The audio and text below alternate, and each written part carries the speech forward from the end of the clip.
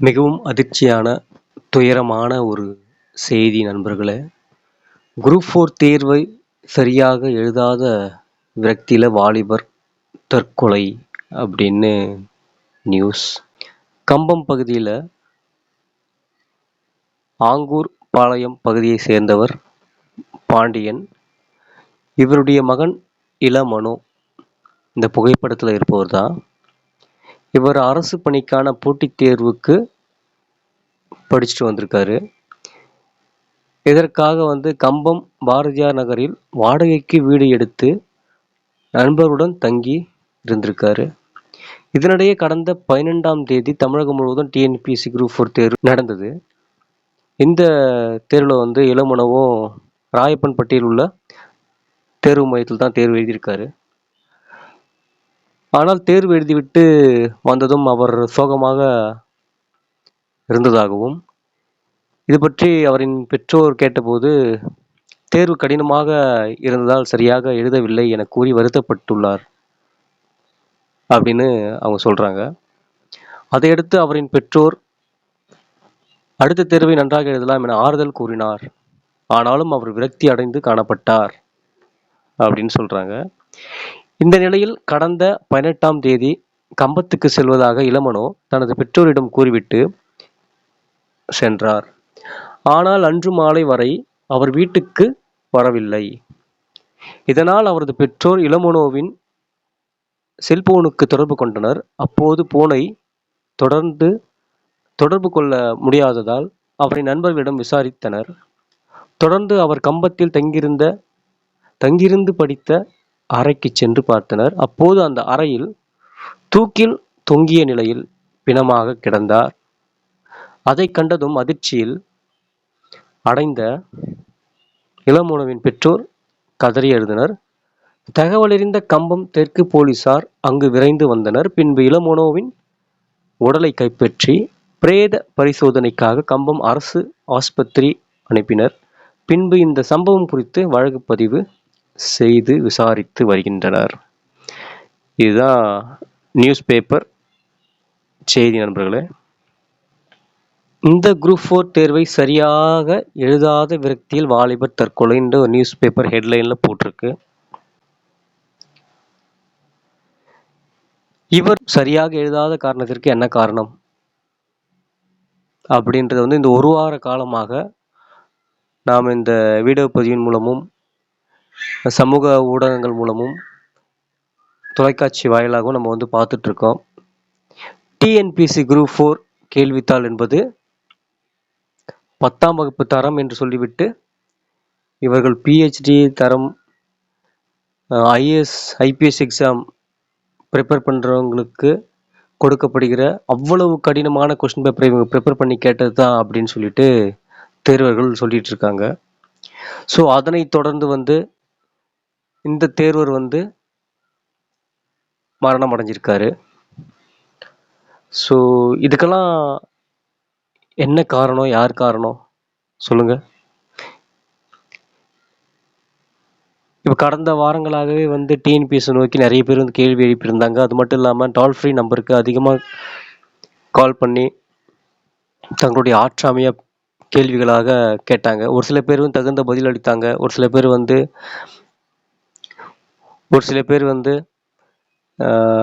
அந்த கேள்விகளுக்கு அந்த டிஎன்பிஎஸ்சியில் அலுவலகத்தில் வேலை செய்கிற அந்த டோல் ஃப்ரீ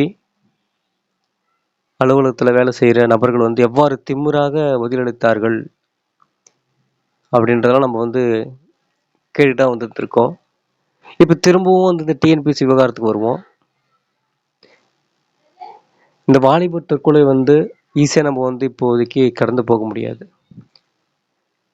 இதுவும் ஒரு நீட் எக்ஸாம் மாதிரி தான் ஆகிட்டு வருது. நம்ம சென்ட்ரல் கவர்மெண்ட் எடுத்து நீட் எக்ஸாம் வேணாம் அப்படின்னு சொல்லிட்டு இருக்கோம். இதே சமயத்தில் தான் நம்ம ஸ்டேட் கவர்மெண்ட்டில் குரூப் 4 எழுதின இந்த தேர்வர் விரக்தியில் இறந்துருக்காரு. இவ்வளோ டஃப்பாக கேட்க வேண்டிய அவசியம் என்ன? இப்போ வேக்கண்ட் இருக்கிறது 3000 வேக்கண்ட் சொல்லிட்டீங்க. 11 லட்சம் பேர் எழுதுறாங்க. 13 லட்சம் பேர் அப்ளை பண்ணி 11 லட்சம் பேர் எழுதுறாங்க. அப்படின்ற பட்சத்தில் எல்லாருமே சென்டம் எடுத்துட்டு போறாங்க. எல்லாருமே இந்த வேலைக்காக எலிஜிபிலிட்டி வந்துருப்பாங்க. நீங்க வேக்கண்ட் இருந்தது 3000 தான் வேக்கண்ட். ஸோ ஏதோ ஒரு மார்க் டிஃப்ரென்ஸில் கண்டிப்பாக அந்த 3000 நீங்கள் வந்து ஃபில்டர் பண்ண முடியாதா? கண்டிப்பாக பண்ணிடலாம்ல. நீங்கள் இந்த கொஸ்டின் கடுமையாக கேட்பதன் மூலம் உங்களை நீங்கள் நாங்கள் தான் பெரிய ஆள், நாங்கள் தான் வந்து எல்லாமே தெரிஞ்சவங்க, நாங்கள் தான் அறிவு ஜீவிகள் என்ற மாதிரியே வந்து உண்மையாக சொல்லப்போனால் அதுதான். நாங்கள் தான் அறிவு ஜீவிகள், நாங்கள் இருக்கிறது தான் சட்டம் அப்படின்னு சொல்லிட்டு ஒரு ஒரு கொடுங்கோல் அதிகாரம் உங்ககிட்ட இருக்கிற மாதிரியே தோரணையில் நீங்கள் இந்த கேள்விகள்லாம் ப்ரிப்பேர் பண்ணியிருக்கிற மாதிரி இருக்குது. அதனைத் தொடர்ந்து தான் இந்த வாலிபர் தற்கொலை. இதுக்கெல்லாம் யார் காரணம்? நான் ஒட்டுமொத்தம் உங்களை நான் ப்ளேம் பண்ண விரும்பல. இந்த டிஎன்பிசி நான் ப்ளேம் பண்ண விரும்பல. பட் ஆனால் நீங்கள் எடுத்த இந்த மாதிரியான தவறான முடிவுகளால் தான் இந்த வாலிபர் தற்கொலை அடைஞ்சிருக்காரு. நீங்கள் இதை யோசிச்சிருக்கணும். இது இது யாருக்கான எக்ஸாம், இது எந்த மாதிரியான ஸ்டூடெண்ட்ஸ் வந்து இங்கே வந்து எழுத போகிறாங்க அப்படின்னு நீங்கள் வந்து யோசித்து சிந்திச்சு இந்த கேள்விகளை நீங்கள் ப்ரிப்பேர் பண்ணியிருக்கணும். அது ஒரு கனவா எவ்வளோ பேர் வந்து 10ஆம் வகுப்பு முடித்தவர்கள் வந்து ட்ரை பண்ணிட்டு இருக்காங்க. அது ஒரு கனவா நினச்சி அந்த வேலைக்கு எப்படியாச்சும் நம்ம போயிட மாட்டோமா அப்படின்னு நினச்சி இவரெல்லாம் பாருங்க, ஒரு இடத்துல ரூம் எடுத்து தங்கி அதுக்காக ப்ரிப்பேர் பண்ணியிருக்காரு இந்த வாலிபர். ஸோ அப்படின்ற பட்சத்தில் நீங்கள் கேட்ட கேள்வி ஒரு ஆறுதலாக இருந்திருக்கும். அவனுக்கு வேலை கிடைக்குதோ இல்லையோ, அவன் வேலை வாங்குறானோ இல்லையோ, ஒரு ஆறுதல். நம்ம படித்ததுக்கு சரி ஏதோ ஒரு நம்ம கொஸ்டின்ஸ் வந்து நம்ம அட்டன் பண்ணியிருக்கோம், ஒரு குறிப்பிட்ட மார்க் வந்திருக்கு, அடுத்த எக்ஸாம்லயாச்சும் நம்ம ட்ரை பண்ணி ஒரு வேலை வாங்கிடுவோன்ற ஒரு தன்னம்பிக்கை வரும் அவங்க. ஆனால் அந்த தன்னம்பிக்கை நீங்கள் சுக்கு நூறாக உடைச்சிட்டீங்க.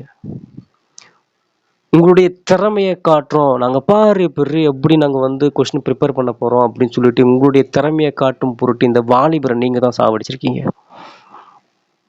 நீங்கள் மட்டும்தான் சாவடிச்சிருக்கீங்க. இதுலையா நீங்கள் வந்து உங்களுடைய மேன்மையை காமிப்பீங்க? நீங்களே இதுலையா உங்களுடைய அறிவை காமிப்பீங்க? சொல்லுங்கள். இது யாருக்கான எக்ஸாம்ன்றது உங்களுக்கு தெரியாதா?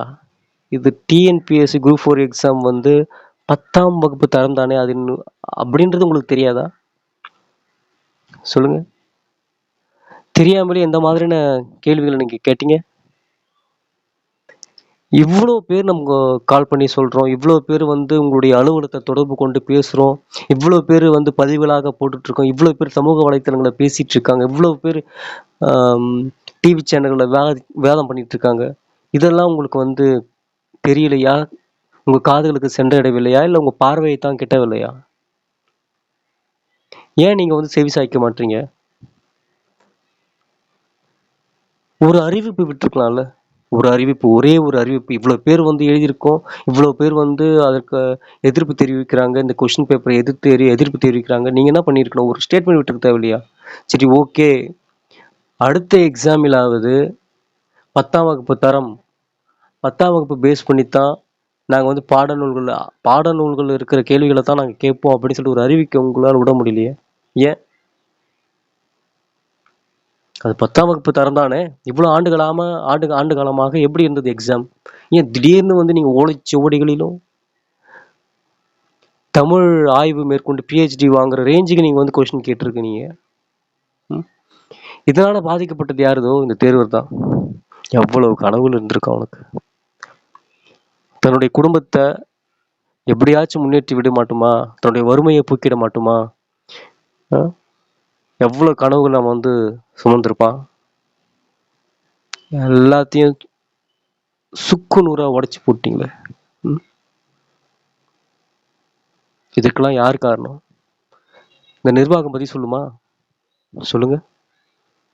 இந்த நிர்வாகம் பதில் சொல்லுமா? இதுக்கு மனசு வேதனையா இருக்கு.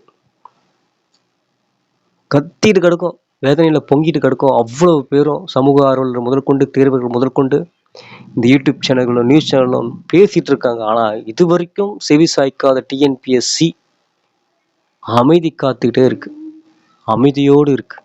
ஏன்? என்ன மாதிரியான ஒரு அணுகுமுறை இது? டிஎன்பிஎஸ்சி நிர்வாக திறமை கேட்கிறேன், என்ன மாதிரியான அணுகுமுறை இது? நீங்க இவ்வாறாகத்தான் படிச்சுட்டு இந்த வேலைக்கு வந்தீங்களா? இந்த டிஎன்பிஎஸ்சி குரூப் 4 எக்ஸாமுக்கு என்ன குவாலிஃபிகேஷன் உங்களுக்கு தெரியாதா? சொல்லுங்க. அப்படி எல்லாம் தெரிஞ்சிருந்தும் எதுக்கு இந்த மாதிரி கடுமையான கேள்விகள் நீங்க கேட்டீங்க? யார் மேல உள்ள கோபம்? மாணவர்கள் மேல உள்ள கோபமா? இல்ல டிஎன்பிஎஸ்சி அகாடமின்ற பேர் நடத்துற யூடியூப் சேனல்ல நடத்துற அவங்க மேல உள்ள கோபமா? இல்ல யார் மீது உள்ள ஒரு கோபம் உங்களுக்கு? எதுக்கு இந்த கேள்விகளை இப்படி கேட்டு இந்த தேர்வுல சாகடிச்சீங்க? சொல்லுங்க. இதுக்கு யார் காரணம்? ம்? இதுக்கு தகுந்த பதில இந்த நிர்வாகம் கொடுத்தே ஆகணும்.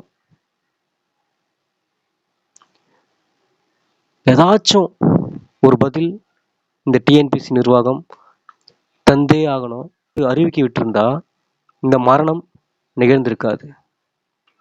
நீங்க வாய் திறக்காத ஒரே காரணத்தினால் தான் இந்த மரணம் நிகழ்ந்திருக்கு. இப்பயாச்சும் அமைதியை விட்டு பேசுங்க. அமைதியா இருக்காதீங்க. ஒரு அறிவிக்கை விடுங்க. இனியேனும் இந்த மாதிரி கொஸ்டின் நாங்கள் ப்ரிப்பேர் பண்ண மாட்டோம். 10ஆம் வகுப்பு தரோம்னா 10ஆம் வகுப்பு பேஸ் பண்ணி தான் நாங்கள் கொஸ்டின் கேட்போம் அப்படின்னு சொல்லுங்க. அது என்ன, நான் உள்ளாந்து கேட்பேன். இலக்கணம்னா என்ன, நான் உள்ளாந்து ஓலைச்சொல்லாம் எடுத்து கேட்போம்னு சொல்லிட்டு இந்த திமிரா பேசினாங்க தெரியுமா? டால் ஃப்ரீ நம்பர்ல இருக்கவங்க. மனசு கொதிக்குது. அதெல்லாம் யார் பேசுன்னு விசாரிச்சு அவங்களாம் வந்து டிஸ்மிஸ் பண்ணணும். எனக்கு தெரிஞ்சு இந்த நிர்வாகம்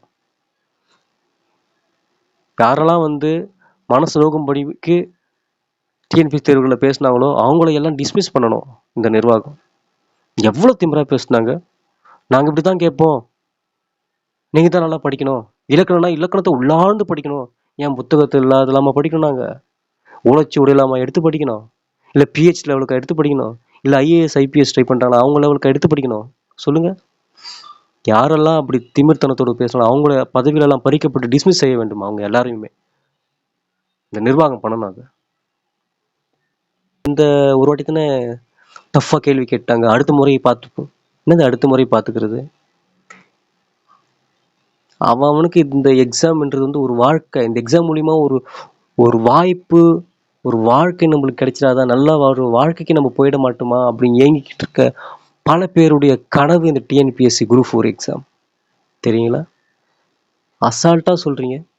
இந்த ஒரு எக்ஸாம் தான் நாங்கள் கஷ்டமாக கேட்டோம், அடுத்த எக்ஸாம்பிள் இருந்து நல்லதாக கேட்போம், ஈஸியாக கேட்போம். என்ன இது? இந்த ஒரு வாட்டி தான் நாங்கள் வந்து விஷத்தை கொடுக்குறோம், நீங்கள் சாப்பிட்டுக்கோங்க, அடுத்த முறை நாங்கள் வந்து கறி விருந்தோட தடபடலாம் விருந்தே வைக்கிறோம் உங்களுக்கு அப்படின்ற மாதிரி இருக்கு.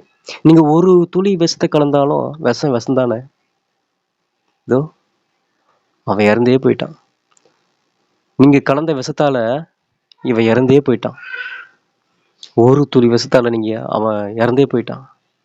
இதுக்கு மேலே என்ன பதில் சொல்ல போகிறீங்க? டிஎன்பிஎஸ்சி நிர்வாகமே என்ன பதில் சொல்ல போகிறீங்க? இதற்கு மேலேயும் அரசு அமைதி காக்கக்கூடாது. இந்த டிஎன்பிஎஸ்சி நிர்வாகம் எவ்வாறு